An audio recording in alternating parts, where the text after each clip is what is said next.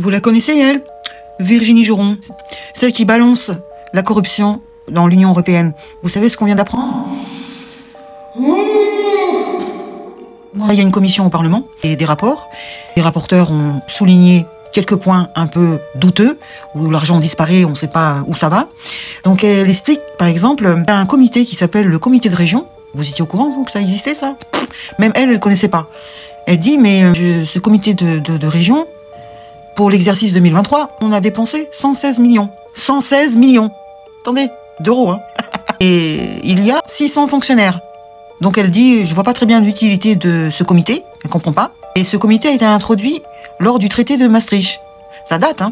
Elle souligne que l'administration de ce comité ne met jamais les opinions et aussi les rapports à la disposition des députés européens dans les dossiers quand on veut justement faire des débats au Parlement.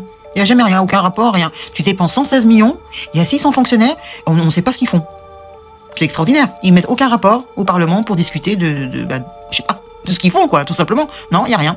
Donc elle demande justement à ce qu'on fasse quelque chose, hein. Et elle souligne une autre chose, que dans son rapport, ce monsieur dit que, eh bien, qu'ils ne sont pas rémunérés. Des fonctionnaires pas rémunérés, 600 fonctionnaires qui ne seraient pas rémunérés, déjà ça commence à être étrange, non, vous trouvez pas? Par contre, quelques lignes plus loin, le rapporteur il dit que les paiements à destination de ses membres du comité auraient augmenté de 20% en 2023. Alors faudrait savoir, ils sont rémunérés ou ils sont pas rémunérés? Voilà, elle souligne un point encore, elle demande des explications, encore une fois. Elle demande quelle est la raison de cette augmentation prodigieuse. Effectivement, oui. Et elle souligne en parenthèse, est-ce que c'est comme pour Monsieur Breton? Vous vous rappelez, là, c'est lui. Il travaille au sein de la Bank of America, hein, chez les traîtres. Et il disait, ce Monsieur Breton, qu'il touchait pas de rémunération. Enfin, il touchait de l'argent, mais ça s'appelait pas salaire. Ça s'appelait pas rémunération. Mais il touchait l'argent. Vous voyez un peu les gens qu'on a là-bas, hein, ils sont complètement allumés. Je ferme la parenthèse. Elle note autre chose, que ces membres de ce comité de région ne sont pas tenus, écoutez bien, de déclarer leur autre activité professionnelle, parce qu'elle les soupçonne de travailler dans une autre profession, et en plus de toucher de l'argent de l'Union européenne, sans savoir ce qu'ils font exactement. 116 millions quand même. Et elle termine, sur ce comité de région, dépense presque 3 millions d'euros en communication. Ah bon? Pour faire de la publicité. Et elle dit, j'ai regardé sur leur compte Twitter, c'est pas fameux. Ils ont quasiment pas beaucoup de followers, quoi. Je ferme donc l'histoire de comité de région, 116 millions. Mais on sait pas ce qu'ils font, on sait pas combien, qui gagne quoi, on sait pas. Et elle note, par exemple, un autre point assez étrange. Là, elle parle des comptes de la Cour de justice européenne. Dit qu'on a prévu en 2023 10 000 km annuels de frais de voiture pour aller au Luxembourg. Ah bon? C'est pas très loin, Luxembourg, c'est pas très grand en fait. Comment tu peux dire que ils ont effectué 10 000 km annuels? Elle dit, est-ce que ce n'est pas un peu disproportionné pour la taille du pays? Oui, sur le fond. Donc elle demande, mais que fait la Cour de justice pour éviter ces dérapages? Mais c'est quand même un truc de fou. On ne connaît pas la somme dépensée pour ces 10 000 km annuels, malheureusement. Elle soulève un autre point, c'est sur les services diplomatiques. Vous savez, les gens qui sont à l'étranger, les diplomates. Donc elle dit qu'avec ce chiffre, ça va rester dans les mémoires, tellement c'est hallucinant. Et elle sort un chiffre important qui est de 580 000 euros de frais de taxi aérien pour l'année 2023. 580 000 euros de taxi aérien. Vous imaginez le délire? Près de 600 000 euros en une année? C'est 3 fois plus que l'année précédente. Donc en 2022, on a un bond de 229%. Tout ça avec l'argent du contribuable européen. Et on en fait partie, hein, je vous rappelle, puisqu'on est le deuxième contributeur.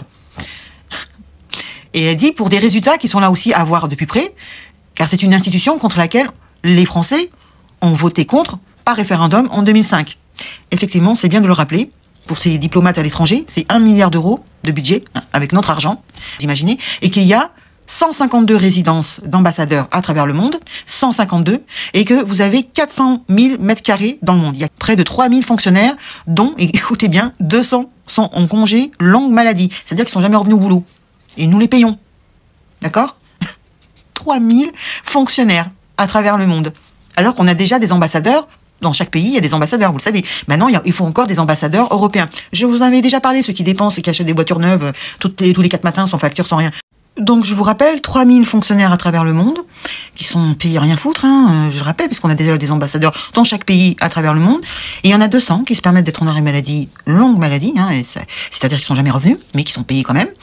Voilà, je ferme la parenthèse. Elle signale aussi un autre point, c'est qu'on a versé 50 millions d'euros de subventions, écoutez bien, pour un environnement favorable à la société civile, qui promeut et qui surveille l'espace dévolu à la société civile dans 86 pays. Je vous explique ce que c'est encore un nom jargonneux pour que vous compreniez pas, évidemment, mais je suis allée voir à quoi ça ressemblait, encore un truc qui sert à rien, de quoi je me mêle déjà. Ils font ça, ils donnent de l'argent dans 86 pays. Pourquoi? Voilà pourquoi.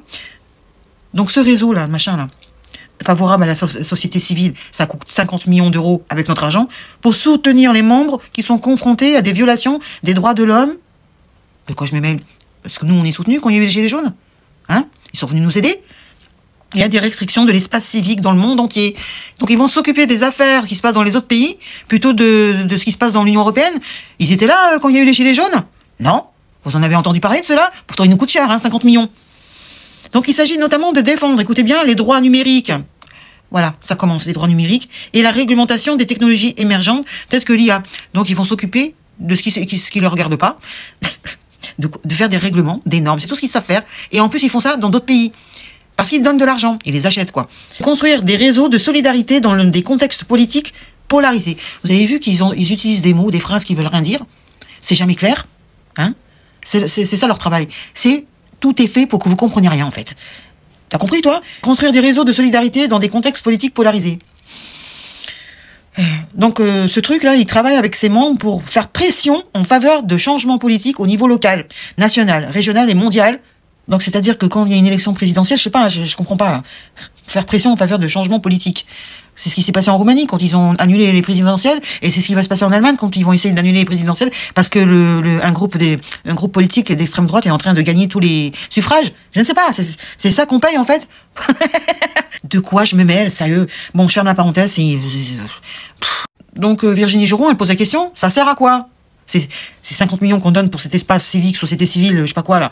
Elle ne comprend pas elle-même. Elle est députée européenne et elle ne sait pas de quoi ça parle. Elle ne sait pas de quoi. Parce qu'il y a une omerta. Et ils disent rien. Ils utilisent l'argent des Européens sans dire ce qu'ils font. C'est incompréhensible. Incompréhensible. Elle soulève encore un autre point. La fraude à la TVA. C'est important, ça. C'est plutôt 10 milliards d'euros de fraude TVA. Elle souligne un autre point qui concerne la rémunération des procureurs européens. Intéressant. Elle dit qu'on a utilisé 14,5 millions d'euros. Ça veut dire 500 000 euros par personne. Elle dit que ça paraît un chiffre élevé. Ça fait plus de 4000 infractions. C'est des enquêtes qu'ils font, hein, ces procureurs. Ça supposerait qu'il y aurait eu 4000 infractions signalées au Parc européen en 2023 pour un montant de 19 milliards d'euros de dommages estimés. Mais il y aurait eu que 1371 enquêtes ouvertes en 2023. 48 condamnations judiciaires et 60 millions d'euros confisqués. Et que dans 2 cas sur 3, le parquet n'ouvre même pas d'enquête, malheureusement. Je pense qu'ils exagèrent le chiffre, 14,5 millions, alors que les enquêtes, elles sont pas faites. Il y a eu 4000 infractions et il y a eu que 1371 enquêtes. Et que 48 condamnations sur les 4000. Comment tu peux justifier 14,5 millions d'euros? Et pour finir, elle note qu'on n'a toujours pas de nouvelles de l'enquête du parquet, parce que ça les concerne, c'est les procureurs qui font les enquêtes. L'achat des doses de vaccins, hein, une enquête qui est ouverte, mais on n'a toujours pas de nouvelles. Donc elle est un peu déçue de leur réactivité. Je sais pas si vous comprenez, c'est quand même assez grave. Il y a de l'argent qui est dépensé pour un travail qui n'est pas fait. Pour des déplacements, on comprend pas trop, par exemple au Luxembourg, 10 000 km. Tu as payé 10 000 km de taxi aérien, alors que le Luxembourg, c'est pas très grand. Hein. Je vais vous mettre la surface, là, en dessin.